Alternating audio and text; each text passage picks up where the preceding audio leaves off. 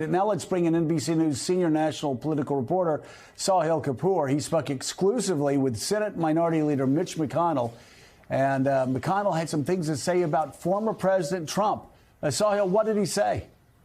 That's right, Joe. Mitch McConnell looked and sounded like a man who had something to get off his chest when I sat down with him in his Capitol Leadership Office just a few feet from here. Some newsy comments by the Senate Minority Leader issuing some of the sharpest criticisms I've ever heard him express about former President Trump. It was abundantly clear when we spoke that he holds Donald Trump responsible for the Republicans' underperformance in the 2022 election, specifically the fact that they didn't flip a single Senate seat, they lost one, and Democrats expanded their majority from 50 to 51 seats against all historical odds.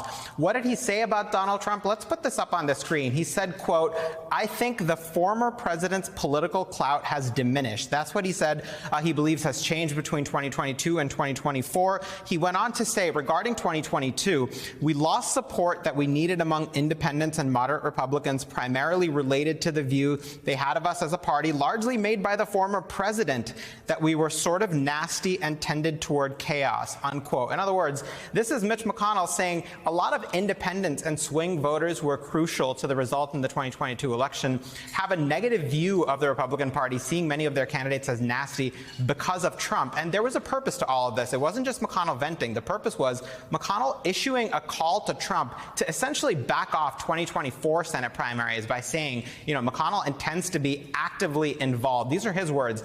Actively involved in selecting quality candidates, and he said he's going to do that from the start.